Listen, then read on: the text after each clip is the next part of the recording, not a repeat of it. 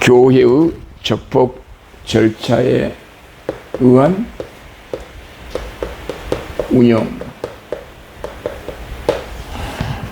이런 제목으로 오늘 함께 이야기를 나눠보려고 합니다. 자, 이 강의를 듣는 우리 많은 청취자분들이 어떤 교회에 대한 교회의 적법 절차, 교회 운영에 관한 이야기를 들을 때 먼저 이 교회에 대한 정치 원리, 교회에 대한 정치 원리가 다양합니다. 어떠한 정치 원리에 의해서 운영된 교회인지 그것부터 먼저 정리를 좀 할 필요가 있습니다. 우리 한국 개신교는 감독 정치가 있고 장로 정치가 있고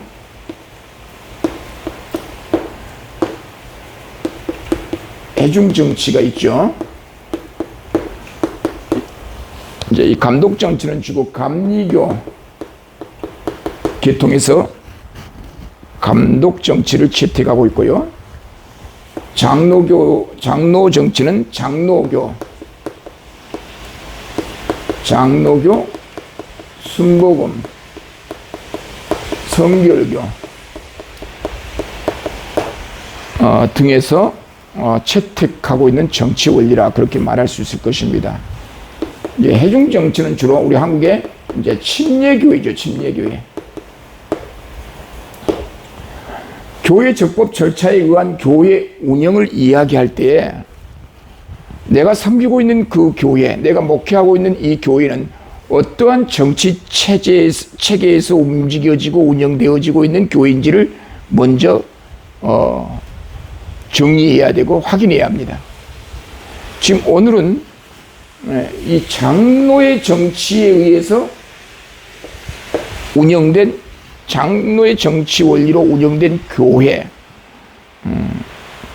이 장로의 정치에 입각한 교회 운영에 관해서 이제 살펴보되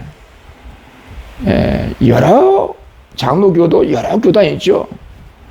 합동 측이 있고 통합 측이 있고 기장 측이 있고 고신 측이 있고 합신 측이 있고 백성 측이 있고 뭐 합동 정통 뭐 이렇게 해서 장로교가 뭐 한 200개 교단이 된다고 하는데 이 모든 장로교라고 하는 간판을 걸고 세워진 교회, 소위 말해 순복음 교회, 그 다음에 여기 이제 성결교 교회 등 이런 교회들은 장로의 정치 체계에 의해서 운영된 이 교회인데, 장로의 정치 체제에서 운영된 교회의 특징은 첫째, 교인총회에 해당하는 공동의회가 있죠. 우리는 이것을 최고 의결기관, 최고 의결기관이라. 공동회는, 이 교인총회는 지교회의 정관에 우리 본 교회는 공동회를 두지 않는다라고 하는 규정이 있을지라도 그건 효력이 없고요. 반드시 공동의회가 필요로 합니다. 이 공동의회는 필수기관이다, 필수기관.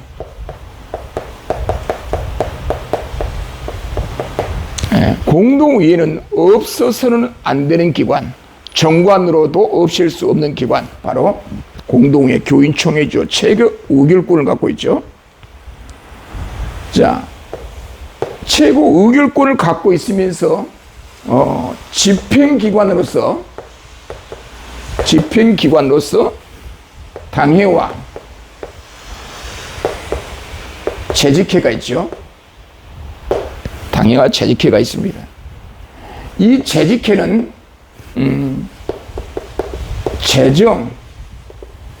재정에 관한 문제를 취급하는 기관이고요. 이 당회는 지교의 사법권을 갖고 있으면서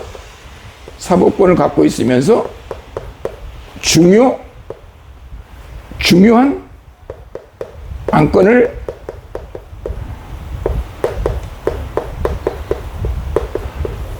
결의하죠. 이 당회, 재직회. 자, 공동의회에서 1년 동안 재정 집행에 대한 예산을 편성해 주면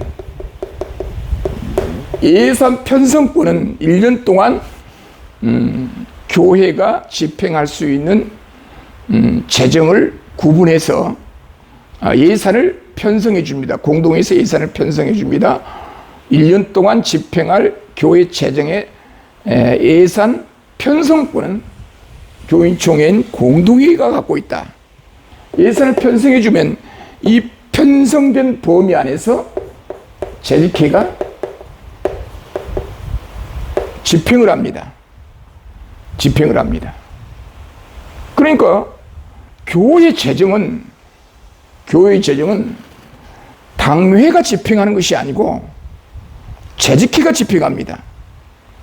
재직회가 재정을 집행할 때에도 교인총회격인 공동의회에서 1년 동안 이러이러한 목적 사업의 운영에 이만큼의 돈을 집행하십시오라고 공동의회에서 교인들이 예산을 편성해 주면 그 편성된 범위 내에서 재직회가 집행을 합니다.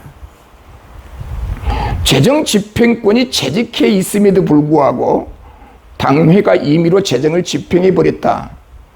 그러면 당회가 재정을 집행해도 된다라고 하는 그 사실을 입증해 줘야 돼요. 그런데 교단헌법은 재정 집행권은 당에 있지 않고 재직회에다 있단 말입니다. 그런데 어떤 교회는 재정 집행권을 재직회에만 두지 않고 당에도 재정을 집행할 수 있다라고 하는 교회 정관을 두고 있는 교회들이 있어요. 그러니까 교회가 큰 교회는 재직회가 매월 모여서 재정을 집행할 수 있는 게 어렵기 때문에 당에다가 재정 집행권을 줘서 당회가 재정을 집행하는 교회가 많이 있습니다. 그런 교회는 반드시 교회 정관에 재정 집행을 당에서 할 수 있다라고 하는 규정이 있어야 됩니다. 만약에 교회 정관으로 당에서 재정을 집행할 수 있다라고 하는 그런 정관이 없다고 한다면 교단 헌법에 의해서 판단하기 때문에 교단 헌법은 재정 집행권은 재직회에 있으므로 당회가 재정 집행하는 그 행위가 위법이 되지요. 나중에 업무상 횡령 배임죄가 성립이 될 가능성이 많이 있습니다. 그래서 당회가 재정을 집행하려면 반드시 교회 정관에 당회가 재정 집행을 할 수 있다라고 하는 그 규정을 반드시 둬야 합니다. 그래서 이런 형태의 장로교가 운영이 되는데 이 교회 분쟁에 있어서 가장 두드러지게 나타난 일들은 이 공동의회에서 결의되지 아니하면 법적 효력이 발생되지 않는 요건들이 많이 있습니다. 가장 중요한 것은 교회 정관이죠. 교회 정관. 두 번째, 재산권 문제, 재산권. 취득과 처분, 관리, 보존 행위. 담임 목사가 공동회를 소집하도록 되어 있습니다. 그런데 담임 목사가 도대체 누구냐? 법률회의 대표자인 담임 목사가 누구냐? 담임 목사에 대한 이제 문제가 발생해서 노예에서 담임 목사를 정지한다든가 면직하게 된 다음에 노예에서 임시당회장을 파송하죠. 노예가 임시당회장을 파송할 때에는 담임 목사 청빙을 위해서 청빙할 때까지 그 교회 법률행위 대표자로서 노예가 임시당회장을 파송하는데 그 임시당회장은 개교에 의논하지 않고 노예가 직권으로 파송합니다. 그러면 그 임시당회장이 법률행위 대표자인데 면직받은 목사가 내가 대표자다, 내가 공동회를 소집한다 해갖고 공동회를 소집해서 결의하죠. 다 위법이 돼버린 거예요. 법적 효력이 없어져 버린 거예요. 그 다음에 장로가 법률행위의 대표자가 아님에도 불구하고 장로가 공동회를 소집한다. 소집권자가 아닌 자가 소집해서 어떤 안건을 결의한다. 그건 모두가 다 원천무효가 돼버린 겁니다. 그러니까 담임 목사를 노예가 면직하고 담임 목사를 노예가 시벌하여 대표권을 정지한다든지 면직한다든지 한 이후에 노예가 임시당회장을 파송하면 그 교회 법률행위의 대표자는 임시당회장이 돼버리고 면직받은 그 목사는 공동회를 소집할 수 없다는 거. 노예하고 싸우면서 노예 대표자, 임시대표자, 임시당회자는 우리가 인정할 수 없다 해서 당회원 가운데 장로가 공동회를 소집해서 교단을 탈퇴한다. 100% 무효입니다. 왜냐하면 이 공동회라고 하는 것은 적법한 소집권자에 의해서 소집되지 아니하면 다 무효다. 효력이 없다. 그래서 당회원 가운데 장로는 그 교회 공동회를 소집할 수 있는 소집권이 없게 되는 것이죠. 이런 문제가 오늘날 현대 교회에 많은 분쟁이 제기되고 있습니다. 자, 교인들의 의사에 반한 노예가 담임 목사를 정치적으로 매장시키기 위하여 면직한다든가 정치적으로 면직한다든가 당회장직을 정지시키고 임시당회장을 파송하죠. 그러면 개교에서는 그 임시당회장이 공동회를 소집해 주지 아니하면 그 교인들이 공동회에 출석해서 의결권을 행사할 수 있는 길이 차단돼 버린 겁니다. 그래서 간혹 가다가 노회가 지교회를 장악할 목적으로 담임 목사를 정지 면직시키고 정치적으로 면직시키고 임시당회를 파송해서 반항한 장로 집사들을 노예에다가 위탁시켜서 제명 출교 처분시키고 그래서 그 교회를 정치적으로 장악해서 재산권을 확보하고 그 교회를 교권으로 접수하는 그런 일들이 많이 있습니다. 자, 이럴 때는 개교의 교인들에 의해서 공동회를 소집할 수 있는 길이 없어요. 종교 내부적으로. 장로가 노예하고 싸우면서 우리 담임 목사를 면직했다. 공동회를 소집할 수 없다. 노예에서 파송한 임시당회장만이 공동회를 소집할 수 있다. 우리 교단 탈퇴하겠으니 임시당회장한테 공동회를 소집해달라. 안 열어주겠죠. 그러면 장로가 공동회를 소집해서 교단을 탈퇴한다. 그럼 100% 무효가 되는 거예요. 이럴 때 법원에다가 민법에 의해서 이제 비송사건 절차를 진행하죠.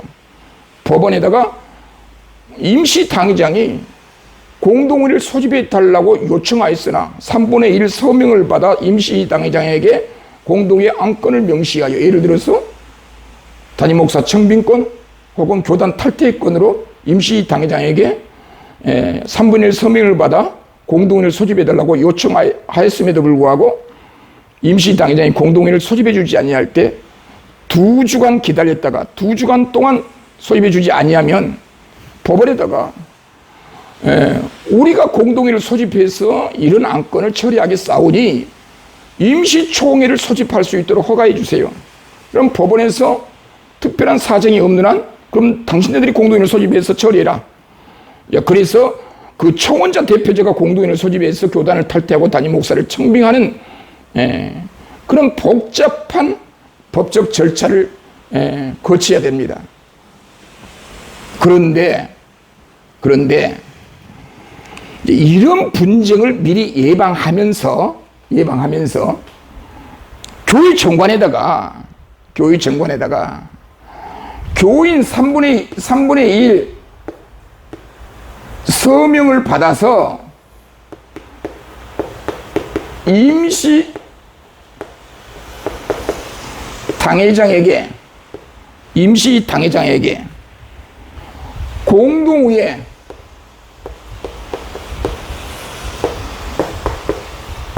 소집을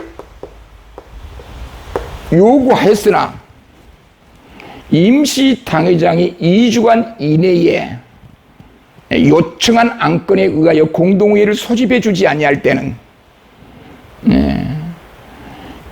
공동회의를 소집 청원한 대표자가